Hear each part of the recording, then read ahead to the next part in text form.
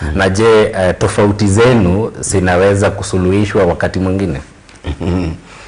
Asante sana. Kwanza niseme mimi nilipata matatizo na Rais William Ruto, lakini sina shida yote na jamii ya Wakalenjin. Na mimi nataka kwanza nichukue nafasi hii niseme mimi singekuwa naibu wa rais bila kura ya Wakalenjin.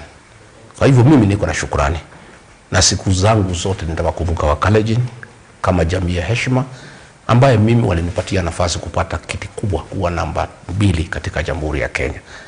Na ninapongea leo Wakalenjin bado kosea mimi hata siku moja, na singetaka mtu yeyote ajaribu kuweka uhasama kati yangu na jamii ya Wakalenjin ama kati ya jamii yangu ya Mlima Kenya na jamii ya Wakalenjin. Sisi tunaishi pamoja pale bonde la Ufa. Wakikuyu, Wakalenjin wanaoana, wanafanya biashara, wanaishi kwa amani, na mimi nataka iendelee kuwa namna hiyo.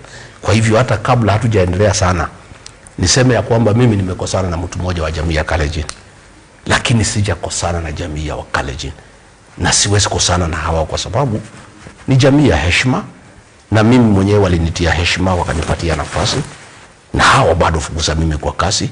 Ni mtu mmoja amenifukuza kwa kasi, na kwa hivyo ni mzuri nieleze wazi ya kwamba Wakalenjin ninawapenda, ninawaheshimu, na ni matumaini yangu ya kwamba tutapata nafasi nyingine hapo mbele kufanya kazi pamoja. Umesema ya kwamba ungetaka kujua tulikosania nini na William Ruto. Hiyo maneno ni ngumu kueleza bila kurudia historia kidogo, kwa sababu historia ni kitu ya maana sana. Unajua rais wa kwanza wa Jamhuri ya Kenya hayati Mzee Jomo Kenyatta alipatia Daniel Arap Moi nafasi kuwa makamu wake mwaka 12, na alipoaga dunia Rais Daniel Arap Moi akashika hatamu za uongozi. Wakati hiyo yote miaka 12 kulikuwa na shida mingi sana ya Rais Moi akiwa makamu wa rais kuangaishwa na wale jamii ya Wakikuyu walikuwa wamezingira Mzee Jomo Kenyatta. Lakini Mzee Jomo Kenyatta alikaa ngumu na akazuia wale watu walikuwa naitwa Kiambu Mafia kusumbua Vice President Daniel Arap Moi, na akamkinga, akamulinda, na akapata nafasi ya kuja kuwa rais wa Jamhuri ya Kenya.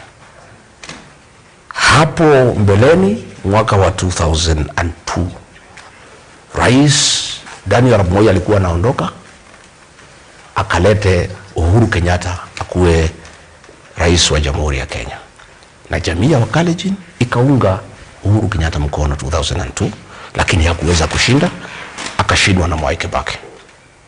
Hapo mbele kukakuwa na tofauti kati ya jamii hizo mbili. Tukifika mwaka wa 2007 ikakuwa hizo jamii mbili hazielewani, na tukakuwa na uchaguzi ukaleta matata bonde la Ufa, na watu wengi sana wakakufa. Makanisa ikachomwa, akina mama wakachomwa, watoto wakachomwa, watu wakapigwa mishale, watu wakaangaishwa, na kukakuwa na mambo mingi sana, mpaka William Ruto na Uhuru Kenyatta wakapelekwa katika Nakuru. Jamii zote mbili zikasameheana na zikakubaliana siweze kufanya kazi kuendelea mbele. Na kutoka hapo mwaka wa 2013 Rais mstaafu Uhuru Kenyatta na Rais William Ruto wakashikana. Rais Uhuru Kenyatta akachaguliwa kama rais, William Ruto kama deputy, na watu ya bonde la Ufa, Wakalenjin na Wakikuyu wakapiga kura debe moja, na ikaendelea mzuri.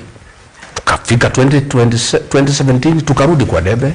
Rais William Ruto na Uhuru Kenyatta wakachaguliwa kama rais na naibu wa rais.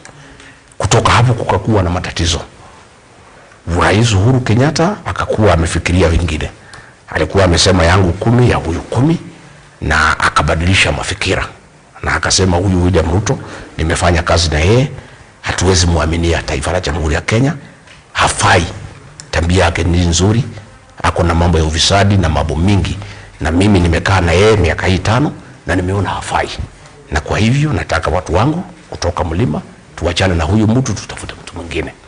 Ndio akaenda akaleta Raila Odinga akasema tuachane na William Ruto, tuunge huyu mkono. Mimi mwenyewe na viongozi wengine tukashikana tukasema hapana, sisi ni jamii ya heshima na sisi ni jamii ya kuweka ahadi. Sisi hatutaki jina yetu kama jamii haribike. kwa sababu tuko na kesho. Huyu William Ruto amesaidia Uhuru Kenyatta, amekuwa rais. Uhuru Kenyatta ametangazia watu yangu 10, ya huyu 10. Sisi kama viongozi na jamii tukasema hapana. Sisi ni jamii ya heshima, sisi ni jamii ya kuaminika. Tukasema hapana, tukakataa. Tukasema tutaunga mkono William Ruto.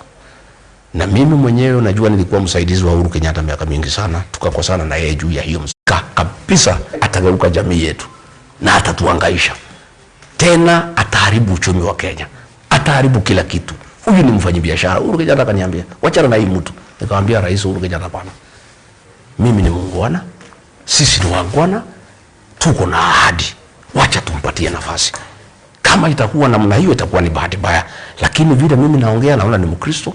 Kila Jumapili yako kanisani na Biblia, anajenga kanisa. Huyu William Ruto nimemwamini kama Mkristo, ameokoka, na sioni hata kama akipata kiti anaweza kugeuka mimi na kugeuka sisi na kuharibu Kenya vile unasema. So Rais Uhuru Kenyatta, tafadhali wacha tu tuunge mkono. Hiyo ingine ni historia, tukamsaidia akakuwa rais. Sasa umeniuliza tulikosania wapi? Vile Uhuru Kenyatta alikuwa ameniambia, kufika pale akageuka kabisa, akakuwa mtu mwingine. Sio yule mimi nilikuwa najua, sio yule tulikuwa tunaenda na yeye kanisani. Akageuka akakuwa mtu mwingine. Akafika pale akaanza mambo mingi. Pale State House ikakuwa ni bahari ya mabrokers usiku. Watu ya biashara, watu ya nini, wa Hindi, wa China, Mashailok, watu ya wash. Sasa ile heshima ilikuweko ya Ikulu ikaisha. Tena tukaingia mambo ya uongo. Ahadi za uongo. Unaenda anaanzisha barabara na haina pesa. Analeta contractor, tukiondoka tractor na malori inatufuata. Mimi nikaenda nikaketi chini nikamuuliza rais, hii maneno tumeanza ya kudanganya watu, sitatuletea shida huko mbele? Kama bwana wewe achana na hiyo maneno, mimi najua what I'm doing. So tumeendelea. Ameanza madharau. Ameshikana na vijana wadogo ambaye leo lazima niambie wa college wale wameharibia William Ruto uongozi wake na heshima yake kama kiongozi wa taifa. Akashikana na huyu Faruk Kibet, akashikana na huyu Oscar Sudi na huyu Kipchumba Murkomen. Hao watu watatu ndio wameweka William Ruto ile shimo wako leo. Siku William Ruto amechaguliwa, alikuwa ni kiongozi yako na umaarufu sana. Alipendwa sana. Watu walimwamini sana. Baada ya mwaka 3 ukizunguka Kenya kila mtu anasema aende nyumbani. Ukienda mlimani hakuna mtu anataka kumuona. Akiita mkutano lazima alipe watu pesa wamsikize. Akienda wapi? So mimi nikamwambia rais, hao vijana si watakuharibia serikali. Anasema bwana, hivi vijana wako sawa, wacha tukae na hawa. So tumeendelea, tumeanza kupata matatizo. Na mimi nimeanza kupigiwa kelele na watu ya nyumbani. Mambo ya finance bill.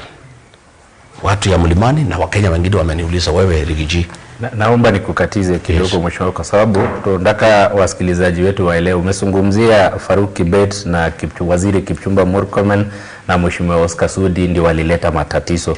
Ni matatizo yepi ambayo hao viongozi walileta ndio ikasidisha hii tofauti yako na mheshimiwa? Sio hata tofauti yangu, nasema kuharibu nchi.